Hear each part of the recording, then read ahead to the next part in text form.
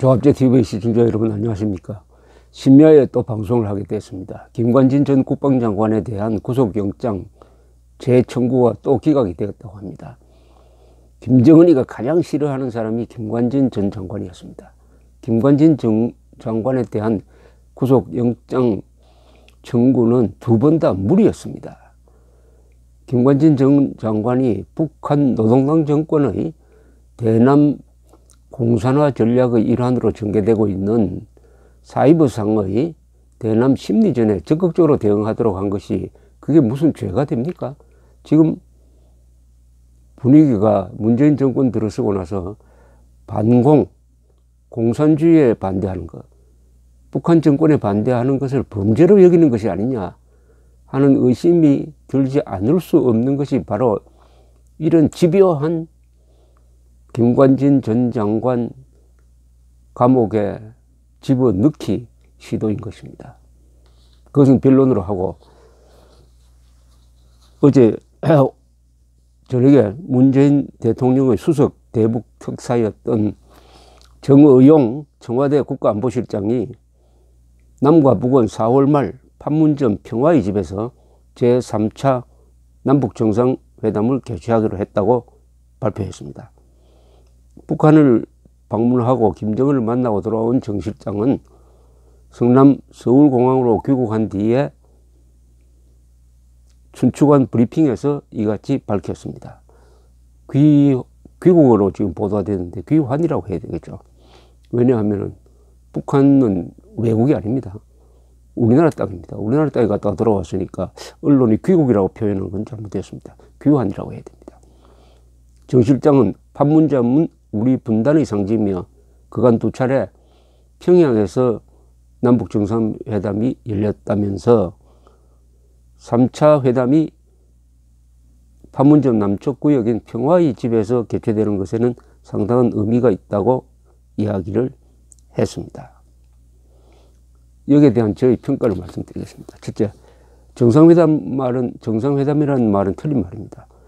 대한민국이 한반도 유일한 합법국가이므로 정상은 대한민국 대통령 한 사람밖에 없습니다. 문재인 대통령이죠. 그리고 김정은은 세습 독재자일 뿐만 아니라 헌법상의 반국가단체인 북한의 수괴입니다. 그런 자를 정상이라고 표현하면 안 되죠. 그건 다른 말을 만들어내든지 그냥 문재인 김정은 회담이라고 해야 됩니다. 그 다음에 이 판문점 회담을 김정은이가 받아들인 것은 얼마나 다급한지를 잘 보여주고 있습니다. 이것은 트럼프 대통령이 주도한 대북 제재가 그를 몰아붙이고 있다는 증거입니다. 4월 말로 잡은 것은 우선 미국의 군사적 공격을 피해보겠다는 의도로 풀이됩니다. 이는 동시에 그 기간에 ICBM 재진입 기술 및 핵폭탄 소형화를 위한 시간 벌기라는 측면이 있습니다. 두 번째, 정 실장은 북측은 한반도 비핵화 의지를 분명히 하였으며 북한에 대한 군사적 위협이 해소되고 북한의 체제 안전이 보장된다면 핵을 보유할 이유가 없다는 점을 명백히 했다고 이렇게 이야기했습니다. 김정은이가 비핵화는 선대의 유언이고 선대의 유언에 변함이 없다는 것을 분명히 밝혔다고 덧붙였습니다. 제가 평가를 한다면 간단합니다. 이건 사기입니다. 처음 나온 사기도 아니고 여러 번 나온 사기 아닙니까? 이건 너무나 많이 들어본 이야기 아닙니까? 지금 필요한 것은 북한의 비핵화이지 한반도의 비핵화가 아닙니다. 한국이 지금 핵을 가지고 있지 않는데 무슨 한반도까지 넓혀가지고 비핵화를 하겠다는 것입니까? 선대의 유언이란 말도 사기입니다. 이를 가감없이 한국 대표가 소개하였던 것 자체가 속고왔다는 고백이 아닐까요? 김일성과 김정일은 핵무장으로 한반도 공산화를 이루라는 유언을 남겼지 언제 핵 폐기하라는 유언을 남긴 게 있습니까? 이미 헌법에다가 북한 정권 헌법에다가 핵 보유국으로 지정이 되어 있는데 그것을 믿어야지 이 정 실장이 전해준 김정은의 말을 믿어서 되겠습니까? 한반도 비핵화라는 말이 주한철 주한미군 철수 및 한미동맹의 해체를 의미한다는 것은 상식 중에 상식입니다. 북한의 비핵화라고 했으면 이게 좀 다르죠. 북한이 한반도 비핵화 의지를 천명한 것은 2005년, 2007년에도 있었어요. 그리고 1994년에도 있었습니다. 그래 놓고 몰래 핵 개발을 하고 핵실험하고 했습니다. 그럼 안 속아야 될 거 아닙니까? 이 정권은 금시초문이라는 뜻으로 들립니다. 체제 안전을 보장해주면 핵을 개발 안 하겠다는데, 아니, 그러면 우리 국군이 북한에서 김정은에 반대하는 봉기가 일어났을 때 우리 국군이 들어가서 진압을 대신해 줍니까? 체제 안전을 누가 보장합니까? 개혁 개방해가지고 주민들 먹여 살리면 보장이 되는 것이지.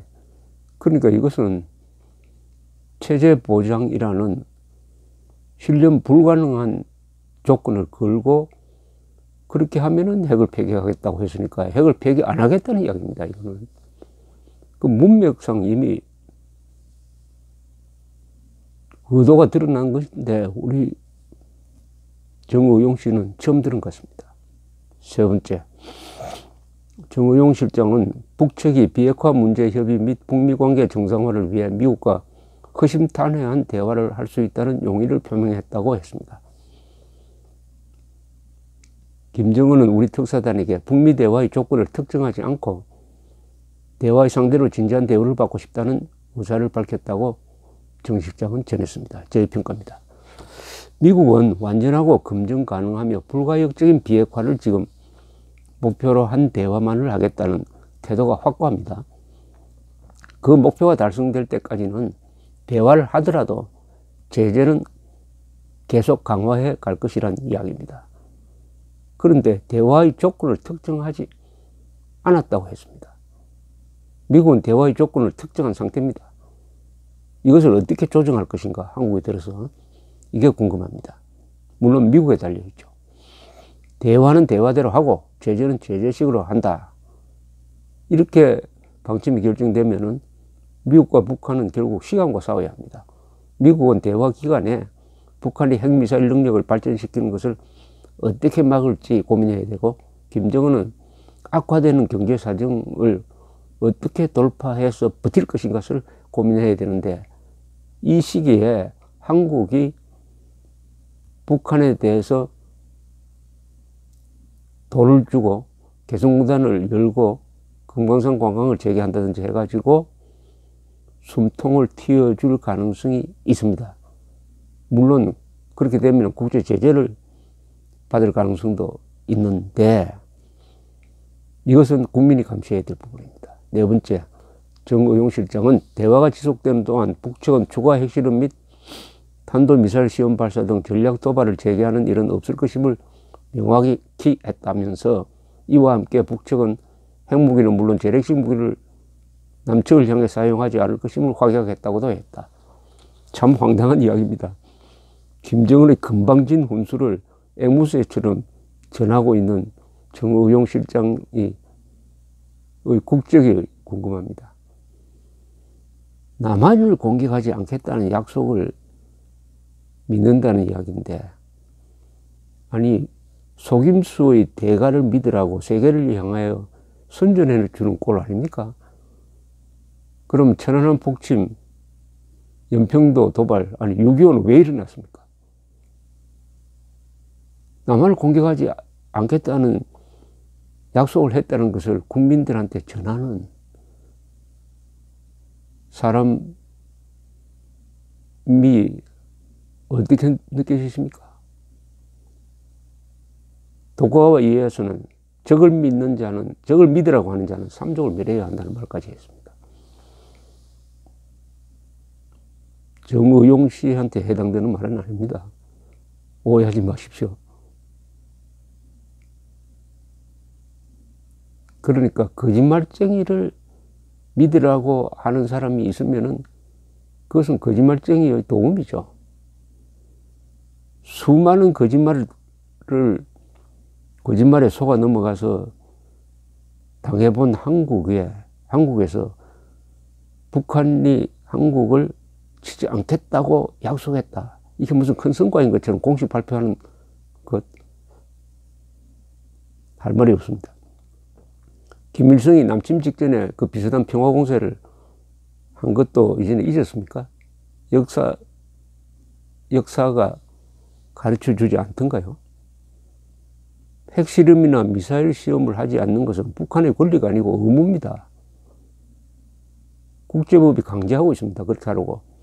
한국을 치지 않겠다고 했으니 온 국민이 그러면 김정은에게 감사하라는 뜻입니까?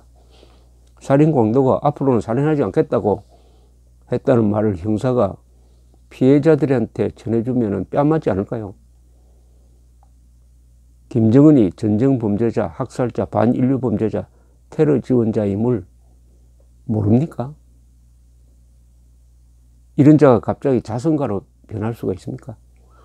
지금 이 순간에도 중동에 독가스 팔고 있고 미사일 팔고 있습니다. 김정은이가. 그런데 유리하면 왜 한국을 안 때리겠습니까? 자기가 살고 한국이 죽어야 된다면 한국을 공격하지 않을까요? 다섯 번째, 정의용 씨는 대화가 지속되는 동안 핵미사일 추가 도발을 하지 않겠다는 것을 명백히 했기 때문에 그 바탕 위에서 앞으로 여러 가지 많은 진전을 이룰 수 있을 것이라고 평가했다. 한국이 북한의 불법 행위 중단에 감지 득지하여 여러 가지로 북한을 도와주겠다는 뜻으로 들립니다. 여섯 번째, 정의용 씨는 내용을 다 말할 수 없지만 미국에 가게 되면 미국에 전달할 북한의 입장을 우리가 추가로 갖고 있다. 미북 대화를 시작할 수 있는 충분한 여건이 조성되어 있다고 판단한다. 이건 너무 낙관적입니다. 일곱 번째, 김정은은 우리 특사단에게 한미연합 군사훈련과 관련하여 평창 동계올림픽을 위해 연기된 한미연합 훈련과 관련해 4월부터 예년 수준으로 진행되는 것을 이해한다면서 한반도 정세가 안정궤도에 진입하면은 한미연합 훈련이 조절될 수 있을 것을 기대한다는 입장을 밝혔다고 전했습니다. 오만방자한 이야기입니다. 김정은이가 훈련을 하든 말든 북한이 왜 주권에 개입을 합니까? 북한이 남한에 대한 도발을 중단하면 우리가 훈련을 할 필요가 없죠. 여기에 대한 개입은 처음부터 무리였습니다. 그런 이야기 나오면은 정의용 특사는 그 이야기 하지 맙시다라고 해야 됩니다. 이것은 이야기할 거리도 못 됩니다. 라고 해서 되는데, 앞으로 억지를 부리지 않겠다고 한 말을 무슨 좋은 말을 한 것처럼 이렇게 전해주고 있습니다. 여덟 번째, 정 실장은 북측은 평창 올림픽을 위해 조성된 남북한 화해와 협력의 좋은 분위기를 이어나가기 위해 남측 태권도 시범단과 예술단의 평양 방문을 초청했다고 발표했습니다. 이게 지금 태권도 시범단 예술단이 비핵화와 무슨 관계가 있습니까? 아무런 실력이 없는 쇼를 계속 해가지고 북한의 평화공세에 봉사하겠다는 이야기 아니겠습니까? 김정은을 위해서 하는 거 아닙니까, 이거? 한국 사람들 뭐 안전을 위해서 하는 겁니까? 그렇다면 국군 포로를 돌려달라는 이야기를 해야 되는 거 아닙니까? 하지 않았겠죠.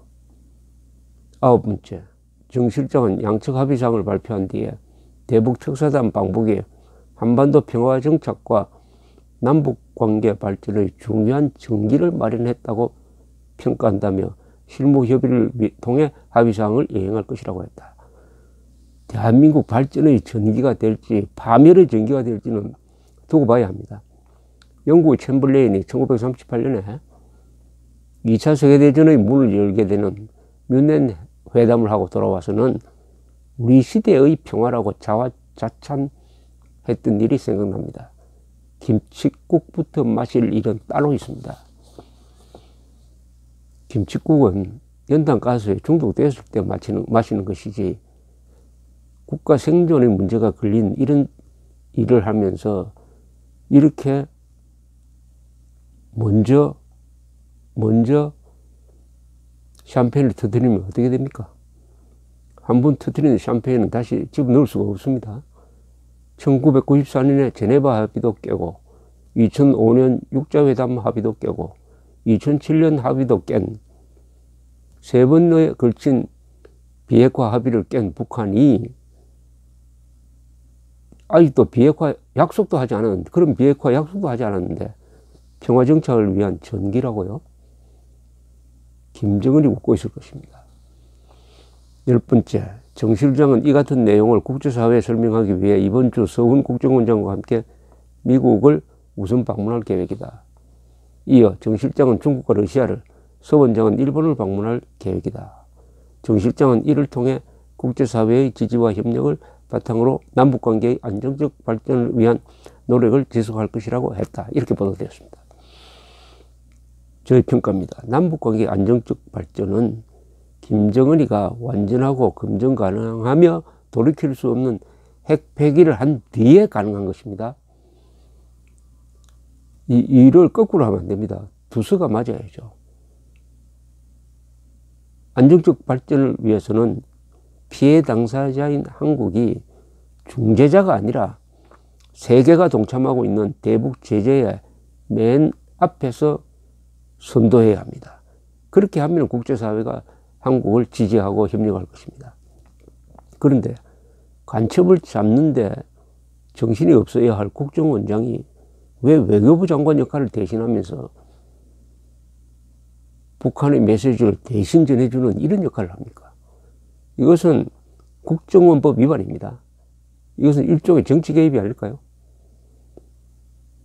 11번째, 주권자인 국민들은 이제 세계의 여론을 주시하면서 문재인 정권을 감시, 견제, 필요하면 격려를 해야 할 입장에 있습니다. 김정은의 사기극이 시작되었다고 보면 가장 안전합니다.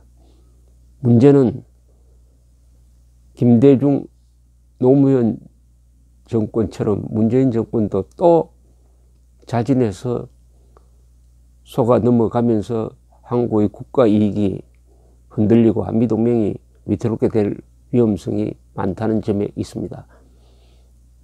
비핵화는 비핵화대로 되지 않고 한국의 국론은 분열되고 한미동맹은 약화되면 이것은 평화정착을 위한 전기가 아니라 대한민국 쇠망, 더 나아가서 공산화를 위한 길을 여는 것이 될 가능성이 있으니까 국민들이 정신 바짝 차려야 된다는 이야기죠. 첫째, 핵폐기 이전엔 돈과 물자를 주어서는 안 됩니다. 두 번째, 평화회담이나 주한미군 위상 변경 또는 낮은 단계 연방제 6.15선언, 14선언 실천 이런 말이 아예 나오지 못하게 해야 합니다. 가짜 평화 무드를 이용해 가지고 국채 변경식의 개헌이나 지방선거에 이용하는 것을 저지하고 그게 선동에 넘어가지 않아야 합니다. 수사기관을 동원해 가지고 지금 방공자유진영을 괴멸시키는데 이 남북관계가 호전됐다면서 이것을 정치적으로 악용하는 것을 막아야 합니다. 지금 수도권에 핵미사일 방어망도 핵 대피 시설도 만들지 않고 대피 훈련도 하지 않는 문재인 정권입니다. 그렇게 함으로써 국민들을 무장 해제시켜 가지고 김정은의 핵미사일 앞에 사실상 인질로 받쳐놓고 있다는 것이 이번 회담에서도 밝혀졌습니다.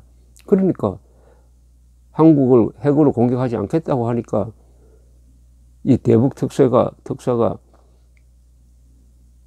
감지덕지 한 듯이 우리 국민들한테 안심하십시오라고 이렇게 전해주고 있는 것 아닙니까? 이런 말이 나왔다는 것 자체가 이미 수도권이 인질로 가 있다는 이야기 아니겠습니까? 그런 문재인 정권을 과연 믿을 수 있느냐? 요새 주사파 이야기가 많이 나오는데 주사파는 어떤 자들이냐? 김일성주의자들입니다. 이 자들은 위대한 수령을 옹이하기 위하여는 모두가 총폭탄이 되어야 한다고 생각하는 자들입니다. 그러니까 김정은을 지키기 위해서는 북한 주민뿐만 아니라 한국인들도 총폭탄이 되어가지고 자폭을 하더라도 김정은 하나는 살려야 되겠다고 생각하는 사람들입니다. 그러니까 김정은 하나를 살리기 위해서는 5천만 국민들의 생명을 희생시킬 수 있다는 자들이죠. 주사파가 그런 자들입니다. 무슨 이게 철학파가 아닙니다. 만약 이런 자들이 정권 안에 들어가 있고 대북 정책에 영향력을 행사하고 있다면 오늘 발표문은 여러분들 무시하십시오. 감사합니다.